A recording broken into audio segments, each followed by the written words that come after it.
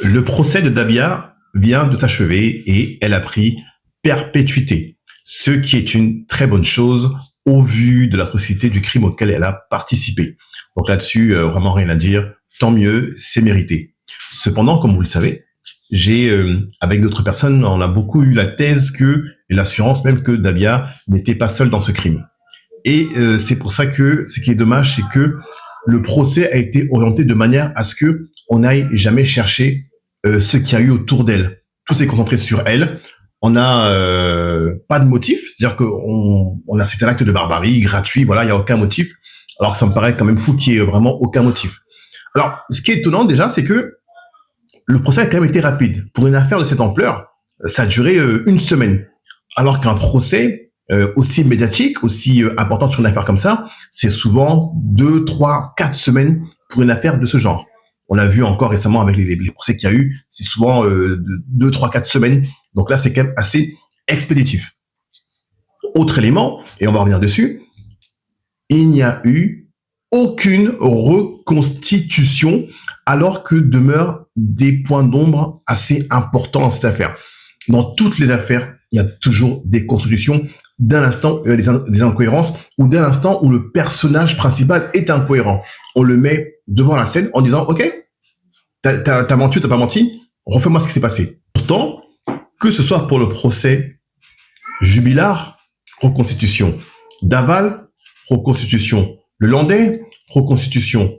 Les Dutroux, reconstitution. Il y a une reconstitution systématiquement qui est faite dans des affaires de ce genre-là.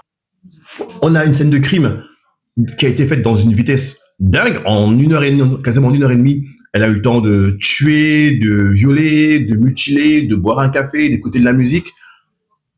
Est-ce qu'on aurait pu faire une reconstitution pour quand même comprendre et pourquoi ça n'a pas été fait? Parce que si la reconstitution avait été faite, ils auraient vu que c'est totalement incohérent et que d'autres personnes ont forcément dû assister à la chose.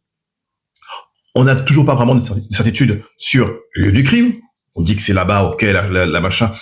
La sœur de Dabia, on n'a pas entendu parler, alors que c'est quand même un témoin clé. Est-ce qu'on peut nous expliquer que quand elle est rentrée dans son appartement, elle n'a pas trouvé de scène de crime, elle n'a pas trouvé de sang, elle n'a rien vu?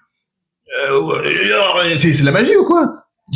Un endroit où quelqu'un a été sauvagement mutilé, elle rentre chez elle, on voit rien. Alors que, mesdames, on vous connaît, on rentre chez vous, si votre mari, il a déplacé le vase d'1 millimètre, Bernard, c'est quoi ça? Pourquoi? Tu vois ce que je veux dire? On va savoir que ça a été bougé. Donc là, qui le dit mot consent, hein, on trouve rien. Autre contradiction, on dit que elle a été jugée normalement parce qu'elle est complètement saine d'esprit, alors que toutes les déclarations que Dabia a fait montrent plutôt qu'elle est très incohérente. Alors à savoir, donc Dabia, elle nous dit quoi? Quels sont les motifs éventuels? Vengeance contre un ex. Alors elle nous dit que dans un premier temps, elle aurait voulu se venger contre un ex, mais ça n'a aucun sens. Tu vas pas te venger en tuant un inconnu pour te venger de ton ex. Tu vas rien lui faire, quoi. Tu vois ce que je veux dire? Tu vas rien faire à ton ex en tuer un inconnu. À la rigueur, tu vas tuer ton ex, mais pas une personne au hasard. Donc effectivement, elle dit que ça aurait pu être une vengeance contre son ex. Mais il n'y a aucun lien concret et ça n'a aucun sens. Ensuite, elle dit avoir vu en Lola un fantôme, un mouton ou un diable. C'est l'un ou c'est l'autre? Qu'est-ce que tu as vu réellement? Pas l'un ou l'autre, qu'est-ce que tu as vu? Ensuite, à un autre moment, elle parle d'un excès de colère. Elle a tué là par l'excès de colère. Ensuite, elle évoque le fait d'avoir pris du Lyrica, un médicament, et du cannabis. Donc, il y a 10 000 raisons pour lesquelles elle aurait pu agir comme ça, mais on n'en ressort aucune directement. Donc, il y a quand même une incohérence. Si elle est saine d'esprit, elle peut pas dire ces choses-là. Si tu es saine d'esprit, tu commences pas à parler de fantômes, de djinns, machin.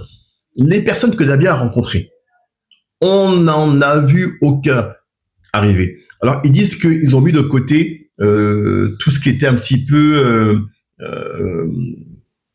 ésotérique. On a mis de côté tout ce qui était un peu les fantômes, tout ça parlait, la sorcellerie, machin. Mais on met de côté, mais bravo, bien joué, ils ont mis de côté la base du truc. Parce que la base du truc, c'est des histoires de sorcellerie, des histoires de sacrifice, machin. On a mis de côté ça, comme ça, aucune question ne tourne autour et on ne peut trouver personne. Parce que les gens qui ont été avec elle sont dans ça. Tu vois ce que je veux dire? Alors, que disent les psychologues? Ils disent qu'elle ne souffre d'aucune psychose, pas de schizophrénie, pas de délire. Est-ce que c'est pas en contradiction avec toutes les déclarations avant qui sont complètement délirantes, d'avoir vu des fantômes, des moutons, des djinns? Bon, c'est pour ça que je dis que c'est quand même un peu expédié de manière folle. Affaire classée, perpétuité, on classe le dossier, en prison pour toujours, et puis voilà.